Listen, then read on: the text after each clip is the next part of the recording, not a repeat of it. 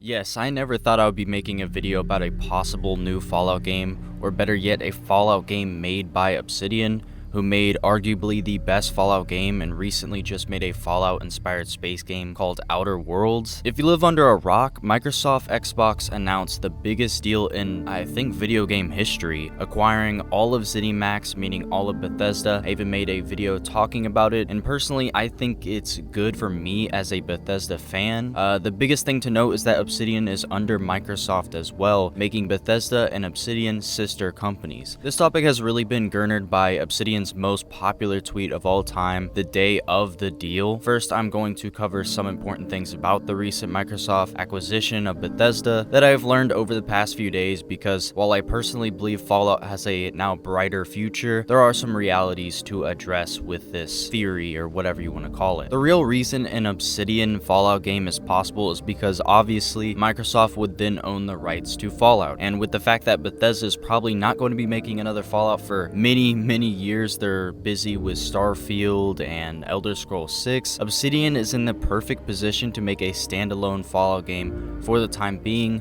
while Bethesda is busy with those games. This is true and it's entirely possible, and I think it would be very likely for Microsoft to actually take this opportunity. It would be very odd if they do nothing with this license. It's kind of just free money sitting there that they can use. Microsoft would want to pay attention if they want to make back that $7.5 billion they used to buy out all of Bethesda. But there are some realities to address, like how this game is probably not in development currently. Some people have made the point that if this deal has been in the works for a while, then maybe a Fallout is already in development. But while that is possibly true, Microsoft technically does not own Bethesda and their rights yet. Deals with the magnitude of this have to go through a lot of legal scrutiny, and apparently this deal may finalize as far as mid-2021. The point is that Obsidian could not legally make a Fallout game before this deal was finalized under Microsoft, because Microsoft technically didn't have the rights to Fallout yet. Maybe they found some kind of workaround, like a loophole, because I mean, maybe they could sell the rights to Obsidian or something. I don't really know, but I kind of doubt it, because before, Microsoft may not have even known if the deal would have gone through or not. So like, why would you invest this money into a game that you might not even be able to make or lose money off of buying the rights to and not getting that money back in the future? Some people have also referenced Josh Sawyer, who was the game director of Fallout New Vegas and still works at Obsidian today as a video game designer, writer, and director. He has said before that he would like to work on another Fallout if given the chance, and he recently said that while he is a studio director now, he is still directing a game that is not Avowed. Avowed is like that new, recently announced Obsidian game.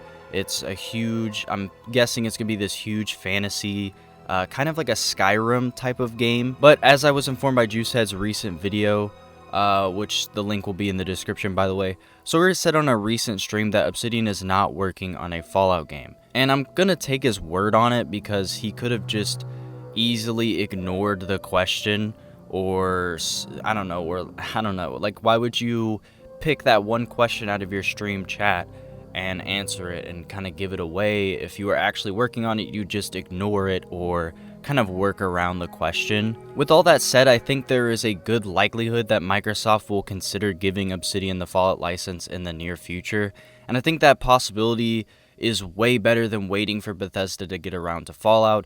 And if you don't know, I despise Bethesda's use of the Fallout license a lot. For a while now, I was already in the phase of giving up on Bethesda Game Studios and Fallout because of the disrespect that Fallout 4 and 76 illustrated to me. 76 being the main issue. Fallout 4, at least there was some form of pride and passion in Fallout 4. You could clearly tell they were trying to make improvements on some of the base Fallout mechanics, but Fallout right now is not Fallout. It's really gone so far from what Fallout was known for and what it was praised for a long time ago. And the best possible scenario to bring this franchise back to its creative and expansive roots is through Obsidian.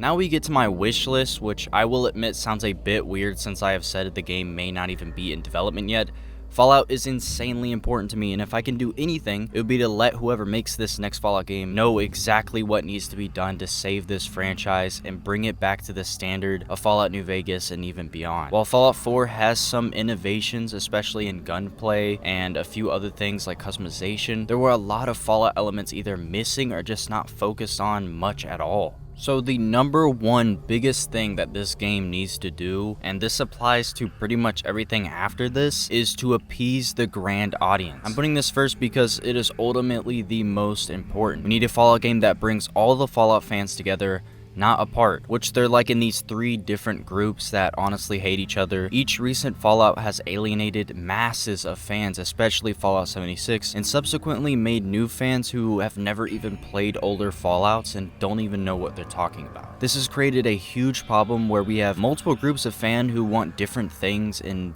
these different games. In my belief, I think it is possible to appeal to most of this fan base. Keep the modern gunplay and improve the graphics while returning to some of the old styles and elements of the older Fallouts that truly capture the idea of the series. Get rid of the aspects that no one liked at all and compromise on others. Make a base single player experience with a neatly crafted and dense world, and then, if possible, add a multiplayer/online co-op experience that Fallout 76 tried. Most Fallout fans are all for a multiplayer aspect of Fallout, especially a co-op mode, but Fallout 76 took that aspect and destroyed every other aspect of Fallout in the process, while making a very poor multiplayer experience in the first place. I think most fans would be all for a multiplayer component of another game, as long as it does not get in the way of the very important single player experience and the base Fallout game, and wasn't a games as a service type of thing, no shop or whatever. My general idea is that Obsidian would need to take what worked in all of these games, even the originals, and make the best Fallout game possible that the majority of fans will love. Every Fallout, even the ones I can't stand like Fallout 4, have done at least one thing the best in the series. There are plenty of good ideas in each game,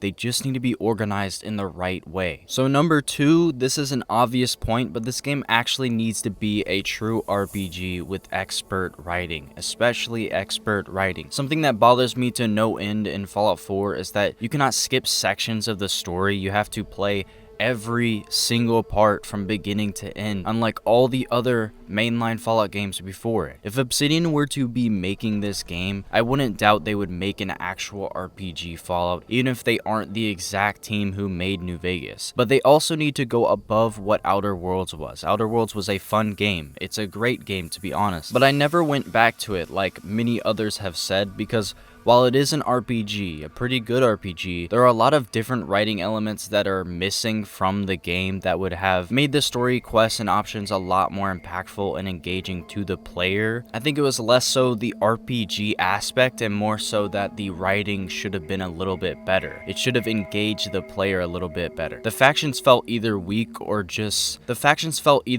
some just had no benefits to joining their cause from a story perspective. While the game is enjoyable, I think they need to get the best writers and craft the best narrative they have ever done as Obsidian.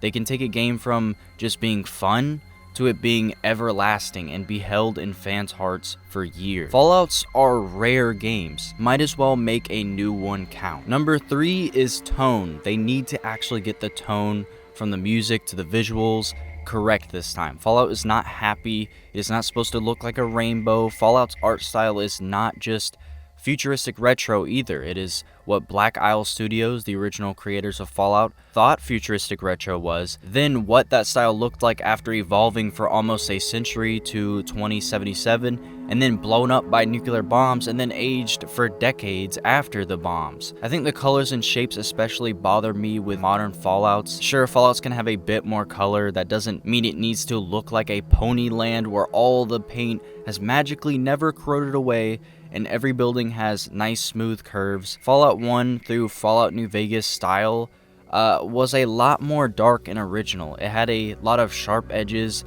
and it was very, very dirty. The color scheme was less vibrant because it is literally a post-apocalyptic game. I really don't understand people who criticize that there's not much color in a Fallout game Why would a concept so depressing and destructive be vibrant in the first place? I also think the older Fallouts actually do have a lot of color, especially the originals, but they had it in the right places that made sense. Having a distinct color scheme sets a tone for the game, a consistent one, instead of it just looking like a mess of color. Far Harbor is in the modern Fallout engine, and as you can see, it's a great example of how to do tone correctly, a consistent tone. Not just visually, but narratively, Fallout has a specific tone. Fallout is very serious, but it does have those humorous or weird moments, yet these moments don't overstay their welcome or ruin the atmosphere completely. Also, don't set the game in a location or time period that is just not going to look like Fallout. Of course,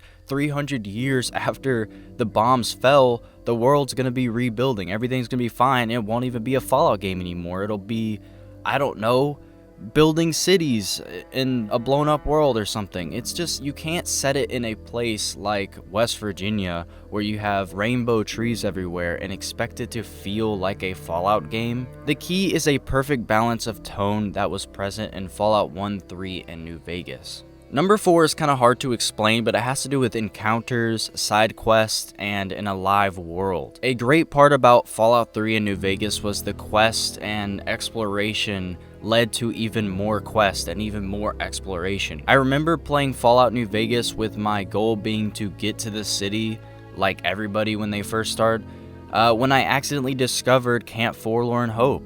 Once I started my first quest there, I spent hours doing all the content in that area, which in turn led me to other locations with quests as well. I hadn't even reached the city yet, and it had been like a 20-hour playthrough already. Fallout 3 did this a lot too, like with the Wasteland Survival Guide quest.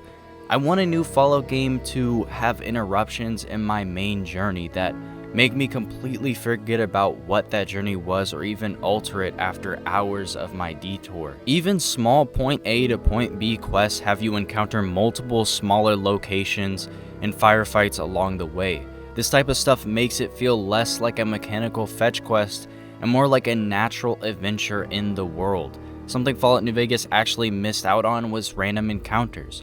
Random encounters from Fallout 1, 2, and 3 made each playthrough so interesting when it comes to just exploring and traveling, while in New Vegas, your walk from Goodsprings to Primm is going to be about the same every single time. It's also very important that these games also don't go too far with these things. They aren't shoving monotonous quests and such in your face that don't mean anything where you just want to ignore it. It's something that is hard to explain, but it is this small stuff, these small details that make Fallout so engaging in the first place. So this is my general wish list. I was intentionally not going into extreme detail because that can make for future analysis on like Fallout games and stuff like that, but also because whoever makes this next Fallout needs to get the big picture in their mind about what this game should be. They need to realize what made Fallout such a big franchise in the first place and how to bring that fan base together. I know I talked about this in my first Gotham Knights video, but 343 Industries is very similar, having made 2 Halos that were heavily criticized by Halo fans, yet after reevaluating, remastering, and porting old Halos, Halo Infinite shows a huge promise that 343 Industries is trying to make a classic Halo experience that everyone wanted. You can see it in the visual styles, you can